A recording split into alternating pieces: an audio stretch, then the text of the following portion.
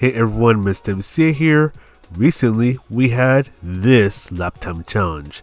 And for this lap time challenge, it's one of those less common ones where you could use any Group 3 car and you were able to use it at Daytona road course. Your main goal was to try to get within the 3% time range of the world record time.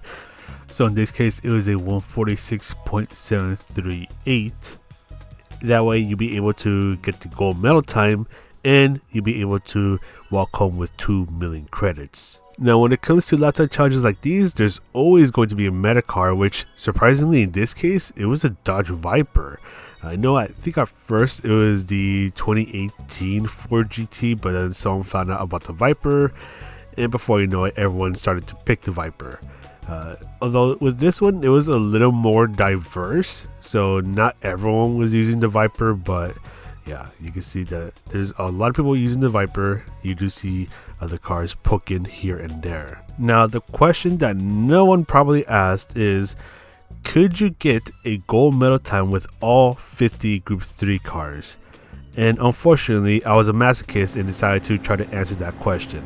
And some things that I want to let you all know, most of the cars I used were rental cars. There is no performance difference between a rental car and one that you own. The only thing is that with a car that you bought, you can put a custom livery on it, and that's pretty much it. The other thing is that the cars are ranked in no particular order. I'm only putting a number next to it just to keep track of the car number that we're on, because, well, there's 50 Group 3 cars I had to go through. And the last thing is, all I care about is if a car had enough pace to break into the gold medal times, which was a 146.738. If a car can break past that time, then that's mission accomplished. I can move on to the next car. And now I get to talk a little bit about the cars, where with the Dodge Viper, that was the car that I used for the lap guide, which means that was the one where I sweated out the 144. The Alfa Romeo 4C wasn't too dramatic. It was pretty easy to drive, so that one was able to poke into the gold times pretty easily. Same goes with the Aston Martin V12 Vantage. I thought this car was going to be a bit more dramatic to drive, especially on corner exit, but luckily it wasn't the case. It was pretty easy to drive as well, able to easily poke into the 145s. Now, one car that was a bit of a problem child was the Aston Martin DBR9, where this car felt heavy, it felt like it didn't have brakes, it had no speed, and I couldn't use 6th gear at all. And the thing is that with this car, if you go up to 6th gear, you basically lose all acceleration, because I think it's a 6th gear that is way too tall.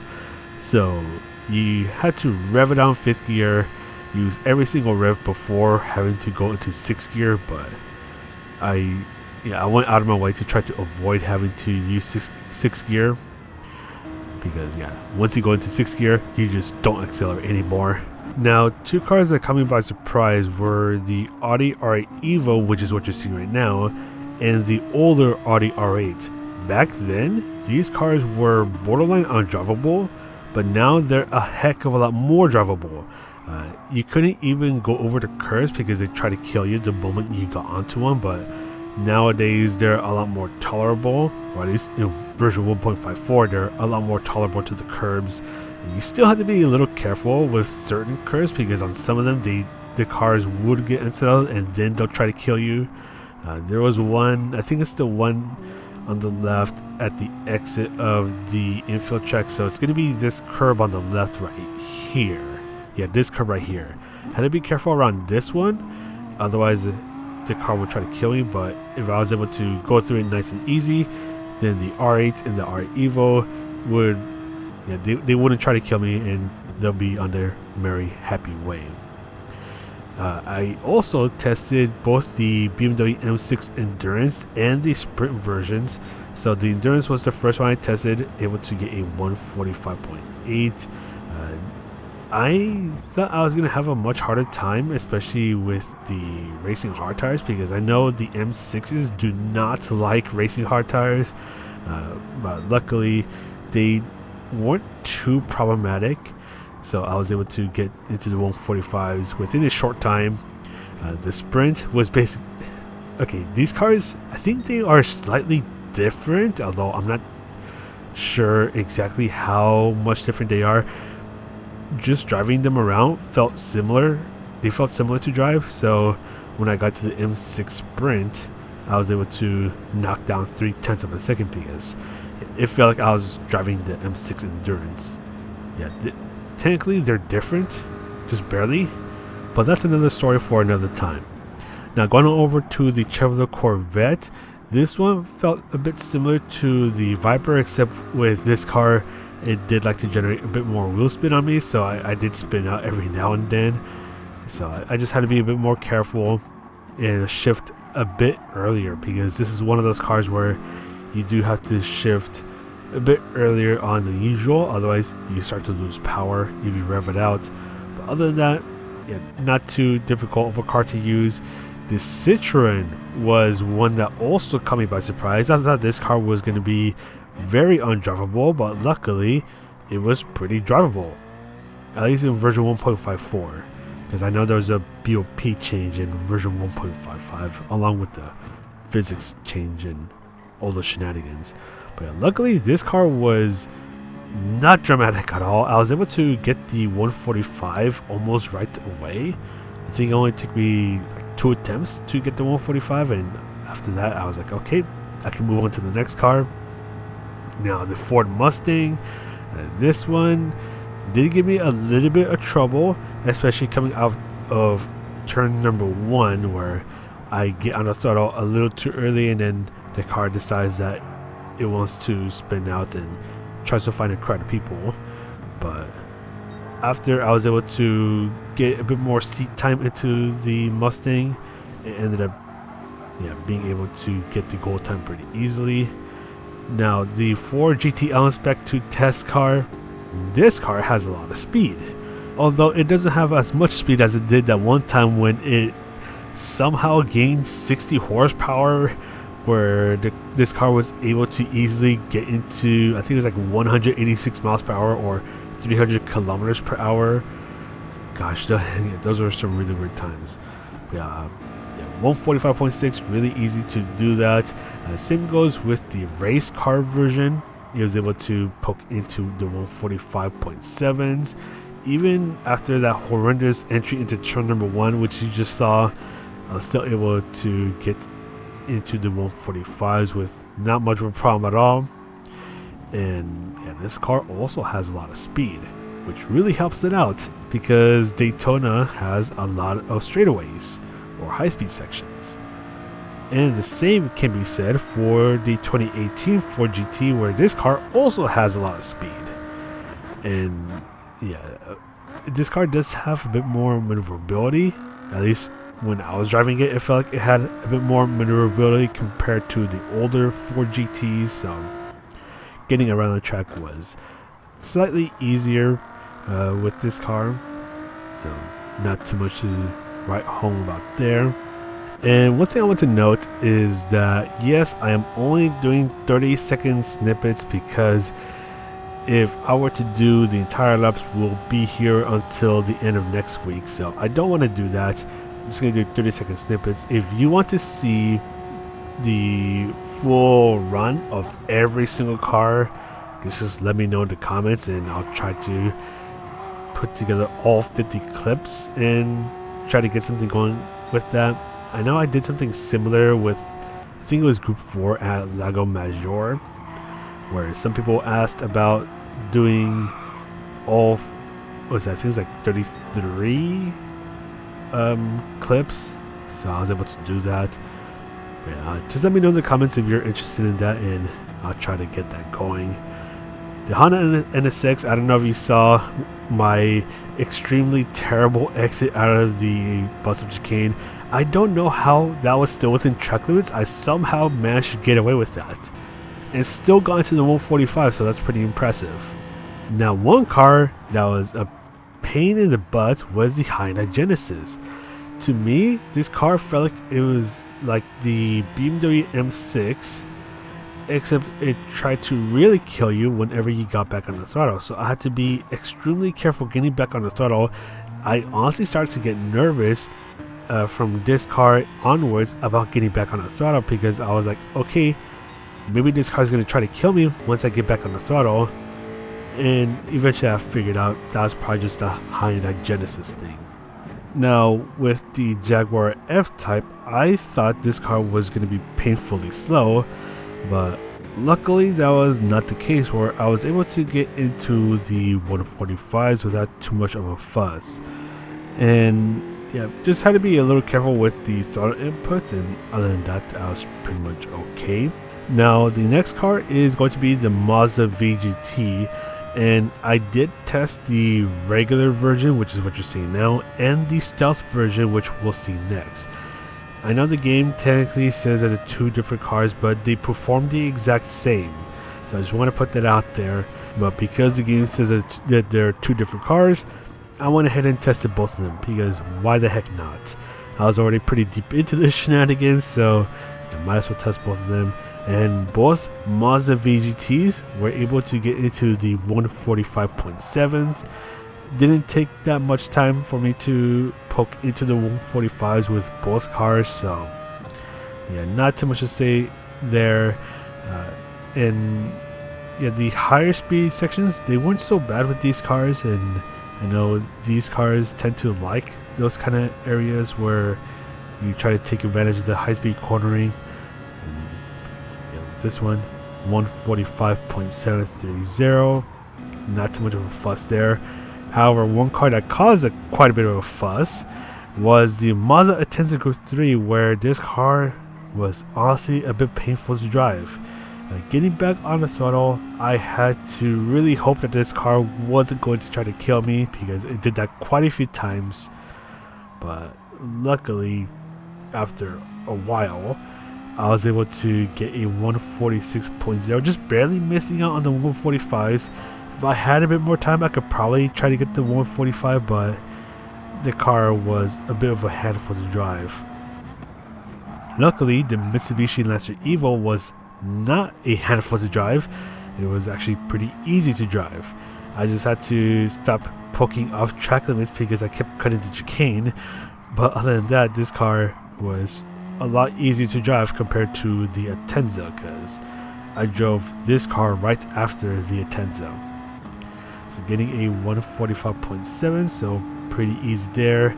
The 2018 Nissan GT-R GT3 was also a bit easier to drive than what I expected, because I think the Nissan GT-Rs are not a big fan of racing hard tires, where they'll try to spin out every chance it gets. But luckily, when I was driving them, that was not the case. These cars were a bit easier to drive than what I expected, so able to get into the 145s without much of a fuss. Same goes with the 2013 Nissan GT-R, and this car still feels like a brick to drive all these years later.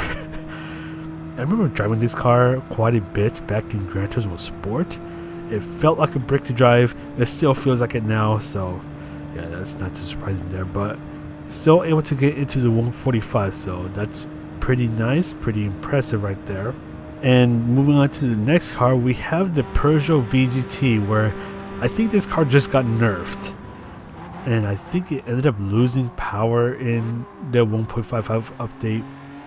But in version 1.54, this car was a missile, so it gained a lot of free time just by going fast down the main and the back streets. And you can see that it wasn't that great when it comes to the cornering, although I will partially attribute that to my skill issues. But still able to get in 145, so that's pretty nice. Now we go to the opposite end, where we use a car that doesn't have as much speed as the VGT, and we use the Peugeot RCZ Group 3, where this car reminds me of the Porsche, kind of like in how they drive.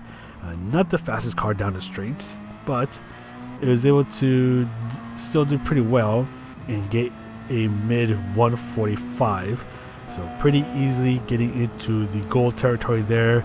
The Subaru BRZ GT300 was a real pain in the butt to drive. It loves to spin out on corner exit, and I'm going to say part of that has to do with it being on the racing hard tires. this car was not fun to drive at all. I actually started to really hate driving this car, and I probably don't want to drive it for a while for now. It also has no speed, so that did not help the cause. Luckily, the Subaru R8s, the older car, was easier to drive than the BRZ, and it was also a bit faster. At least in this case, I was able to poke into the 145s, and yeah, this car did not try to kill me as much as the BRZ. The only thing that makes me sad is that it doesn't drive like the way it drove in GT Sport, where it drove like an MR car, but it's an FR car. So there was something unique about it. Now going on over to the Suzuki VGT, I just realized we're on car number 29, where with this car you have to shift really early because its power drops off quite a bit if you rev it out. Not as fast as it once was. There used to be a missile down the straights, but that's not the case anymore. So now I don't know, it just exists. I'm gonna say it's pretty irrelevant, which is kind of sad. Now moving on over to car number 30, which is the Toyota GR Supra, where I was able to get into the goal times pretty quickly, and I think it was around this point where I was starting to realize that I was starting to run low on time because some idiot, me, decided to start doing this challenge like 1 or 2 days before the adopted challenge changed. It also didn't help that I think I had like 1 less hour to try to do this because of the update that was coming out on that Wednesday night. So that did not help the cause at all. The Toyota FT1 is a car that I miss driving. Sadly, it does not drive that well in GT7. At least back in GT Sport, it drove like the Supra, except it was just a little bit slower but a lot friendlier to drive. It doesn't feel that way in GT7, which makes me really sad.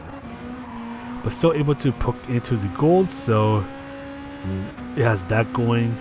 The Volkswagen Beetle was also able to get into the gold medal times, and I don't remember when was the last time I've driven this car, or a lot of the Group 3 cars. Like, I don't really mess around with the Group 3 cars that much, so a lot of these cars I've actually driven for the first time. Especially the VGT cars, like this guy right here, the GTI VGT. This was my first time driving this car in GT7, and it was luckily able to poke into the golds. I thought this car was going to be very undrivable because I remember people saying that this car loved to spin out everywhere, but here it was just slow. It was just slow, but it was luckily fast enough, which doesn't sound right. It was fast enough to poke into the gold territory. Now here's 2 cars that always get me all messed up. The Lexus RCF, because we have the 2016 version, which is what you're seeing right now, and then we have the 2017 version, which we'll see in a moment. I always got them mixed up because they're 1 year apart, they look very similar, so I always had a really bad habit of mixing one with the other. So if there was a race where I had to use the 2017 Lexus RCF, I'd be using the 2016 because I'm a freaking idiot. But luckily, nowadays it's a lot easier for me to recognize which is the better one because of the livery that the 2017 version has. That's pretty much the only way I can tell which is the better Lexus RCF. I mean, I could just say, oh yeah, just make sure it's the newer version, the 2017 model. But I also say, hey, just look for the one that's blue. Yep, blue and black. And you'll know you're looking at the right Lexus RCF. But still, both of them were able to get into the gold medal time territory, so at the end of the day, it's fine for them. The Ferrari 458 getting a 146.5. I probably could have gotten a bit faster, but I was running low on time at this point, so once I got the 46, or at least I think it was like 0.2 up from the time barrier, I decided, hey, I was going to call it a day there. I need to move on to the next car because it was getting really late. I had to work in the morning, and then I had to go back and try to do the remaining cars with the very few hours I had left that night. The Lamborghini Huracan was able to get into the gold time range. Luckily, this car didn't try to kill me as much. I think it only tried to kill me once. But after that, this car was on its very best behavior, which is really nice. The McLaren 650S felt sluggish to drive. I remember it used to drive faster. I don't remember if they nerfed it, but yeah, it just felt really sluggish to drive, and yeah, I didn't really like driving it, which makes me sad because I remember at one point it felt great to drive, and now it just feels sluggish. But moving on to the McLaren F1 GTR, where I remember when this car used to have a lot of speed. Now it doesn't feel that way. It just, I don't know, to me it's kind of just there. But luckily it was still able to get into the gold medal time range, getting a 146.3. And again, all I care about is if a car can poke into or break the gold medal time range, which was a 146.738. If a car can do that, that is all I care about. I am not here to try to get the most speed out of a car. I'm just trying to see if a car has enough speed to break the gold medal time range, which so far every car I've been testing up to this point has been able to poke into the gold medal time range. So far we're on a 40 car streak, which is great. Hopefully we can keep that going until the very end, because we're getting close to the end. The Porsche 911Rs are easily able to get into the gold time range. The Genesis X had to be a bit careful getting on the throttle, but it wasn't as bad as, say, the Hyundai Genesis or the Mazda Atenza. Luckily with this car was slightly more tolerable to my inputs, especially coming out of the corners, and I was able to get into the 145s pretty easily. Even on the racing hard tires, because I think this car loves the racing soft tires, but it hates the racing hard tires. Now, one car that I don't even remember when was the last time I've driven this car, especially back in sport, was the Mercedes-Benz SLS AMG. I thought this car was going to be really slow, especially because it is the oldest of the AMG bunch, but luckily I was able to get a 146.2 pretty easily. I could probably get into the 145s, but once I broke into the gold time range, I had to move on to the next car. Now moving on to the 2016 version, getting a 146.0. This car I'm slightly more familiar with because I remember driving it around quite a bit, especially during the Lewis Hamilton time trial challenges days. Oh my gosh, I remember those days. So yeah, this car had a bit more familiarity with it, getting a 146.0. The 2020 version is one that I haven't driven that much, but it was still able to get into the gold time range. I think this car only took me one lap to get into the gold time range, so yeah, pretty easy there. Again, I think with this car I could definitely get a 145, but I had to move on to the next car because I was really running out of time here. I think at this point I only had like a few hours left to try to get everything done before the update knocked down all the servers. Now here's one other problem car, the Toyota Supra GT500. This car is slow. It has no speed on the straights, which caused it massive problems because with its lack of speed, that means I have to be really quick on the infield section. So this part here, I had to find all my time because I was going to lose all of it down the straights. It's not the easiest thing to do because you're really trying to push yourself. And then there's the Nissan GT-R GT500, where this car was just a nightmare to drive. I had to be really careful getting back on the throttle because this car loves to spin out with even just a little too much throttle input. and it just felt sluggish everywhere, and right there, tried to spin out on me.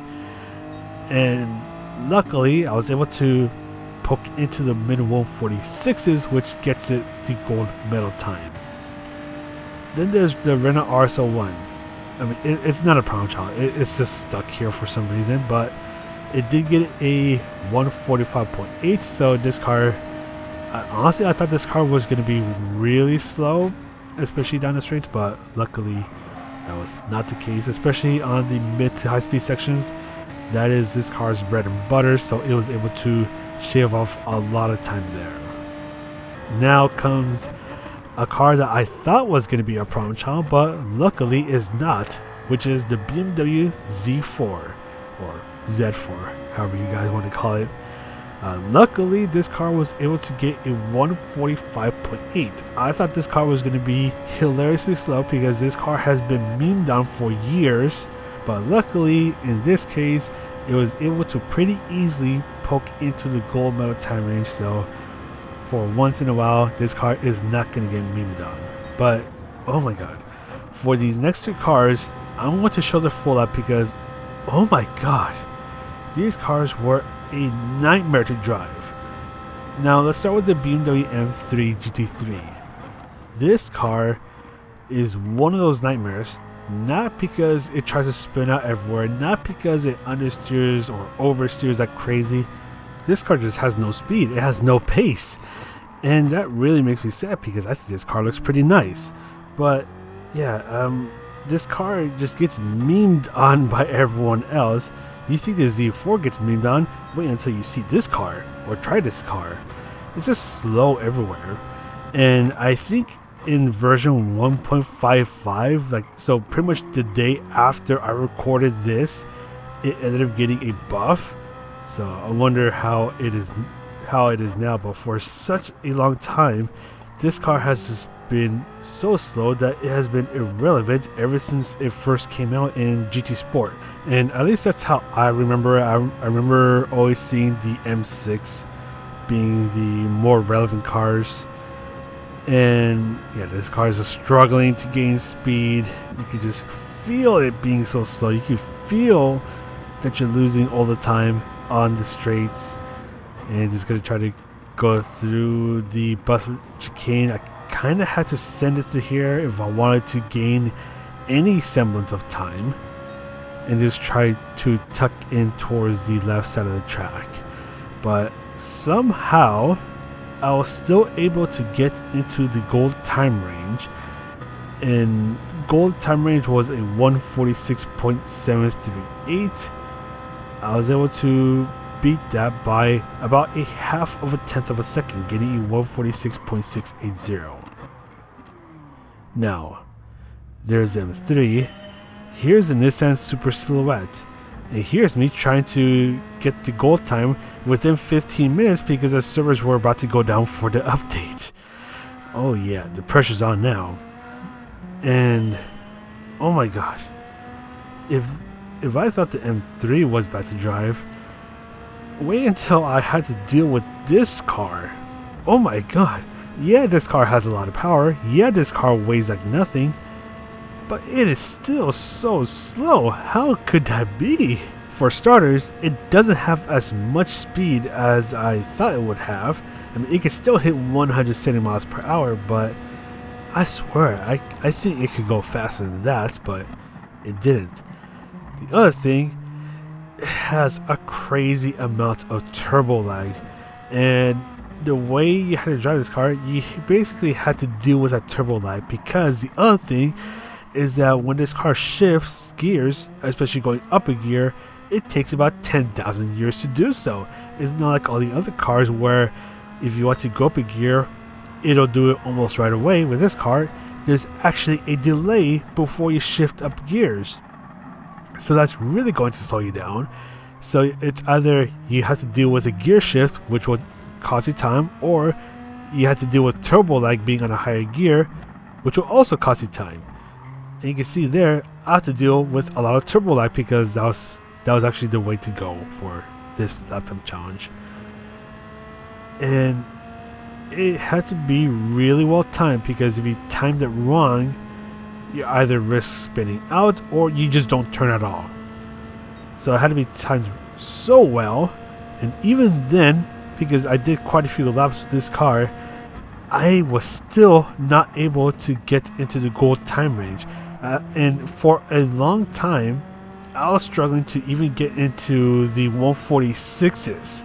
That's how slow this car is. And I had no time left. Don't forget, the update's about to happen when I was recording this, so I really better make these laps count, because once the servers go down, that's it. But somehow I was still able to get into the goal time range, getting a 146.642. I don't know how I did that. I don't know how I did that. And I was so relieved, because honestly I thought I was not going to make it, but somehow I was able to make it with just 5 minutes remaining until the servers were knocked out for the update. So there you go. That is all 50 Group 3 cars able to get into the goal time range. I never want to do this again. So I'm going to go ahead and cry to sleep now. So this is Mr. CA, and I'll see you in the next video.